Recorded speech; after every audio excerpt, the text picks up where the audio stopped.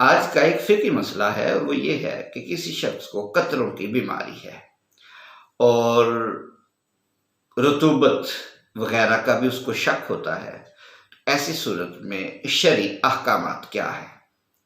اگر ابھی تک آپ نے ہمارا چینل سبسکرائب نہیں کیا، آپ سے گزارش ہے سبسکرائب کیجئے اور بیل آئیکن کو ضرور پریس کیجئے تاکہ ہر نئی آنے والی ویڈیو آپ تک بر وقت پہنچ سکے۔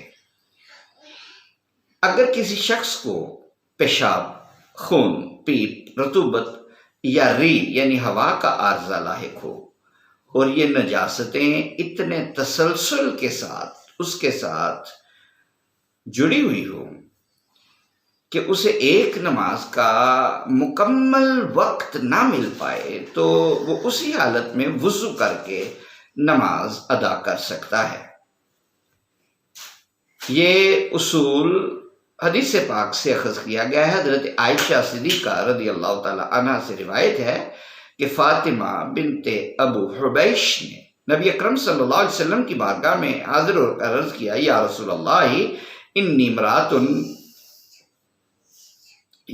اللہ انی امرأۃ استحاض فلا اطہر افا ادع الصلاۃ، فقال رسول اللہ صلی اللہ علیہ وآلہ وسلم لا انما ذلك عرق وليس بحیض فاذا اقبلت حیضتک فدعی الصلاۃ واذا ادبرت فاغسلی عنک الدم ثم صلی قال وقال ابی ثم توضئی لکل صلاۃ حتی یجیء ذلک الوقت۔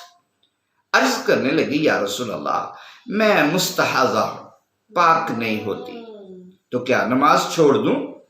رسول اللہ صلی اللہ علیہ وآلہ وسلم نے فرمایا، نہیں، نماز نہیں چھوڑنی، یہ تو ایک رگ کا خون ہے، یہ حیض نہیں ہے۔ جب تمہارے حیض کے دن آئیں تو نماز چھوڑ دیا کرو، اور جب گزر جائیں تو غسل کر کے خون دھویا کرو اور نماز پڑھا کرو۔ میرے والد محترم نے فرمایا کہ پھر ہر نماز کے لیے وضو کر لیا کرو یہاں تک کہ ایام حیض آ جائیں۔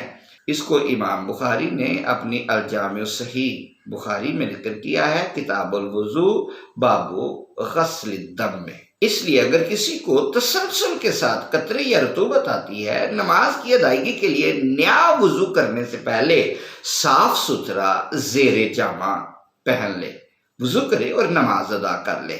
نماز کے دوران بھی قطرے یا رطوبت آتی رہے، نماز کو کوئی فرق نہیں پڑے گا اور نماز ہو جائے گی۔ یہ وضو اگلی نماز کا وقت شروع ہونے تک رہے گا۔ اس دوران قضا یا نوافل ادا کرنا چاہے تو متواتر کر سکتا ہے۔ اگلی نماز کا وقت شروع ہونے پر پھر زیر جامہ تبدیل کرے، نیا وضو کر لے۔ البتہ عام حالت میں محض وہم یا شک کی بنیاد پر یہ حکم جاری نہیں ہوگا۔ جب تک قطرے یا رطوبت خارج ہونے کا یقین نہ ہو جائے یا اس کا نشان ظاہر نہ ہو، تب تک وضو برقرار رہے گا۔ محض وسوسوں کی بنیاد پر احکام لاگو نہیں ہوتے۔ حضرت ابی بن کعب رضی اللہ عنہ سے روایت ہے کہ نبی اکرم صلی اللہ علیہ وسلم نے فرمایا، ان للوضوء شیطانا یقال له الولہان فاتقوا وسواس الماء۔ وضو کا ایک شیطان ہے جس کا نام ولہان ہے، لہذا پانی کے وسوسوں سے بچو۔ اس کو ترمذی نے، ابن ماجہ نے ذکر فرمایا۔ لہذا مسلسل خون، پیشاب، رطوبت یا ہوا خارج ہونے والے معذور افراد پر ہر نماز کے لیے استنجا اور وضو لازم ہے۔ استنجا اس لیے کہ اس کی جو رطوبت خارج ہوئی ہے اس کی وجہ سے ناپاک جسم ہو جائے گا اور اس کو دھونا ضروری ہے۔ لہذا پتہ چلا کہ جو معذور آدمی ہے اس کو معذور کی کیٹیگری میں شمار کیا جائے گا۔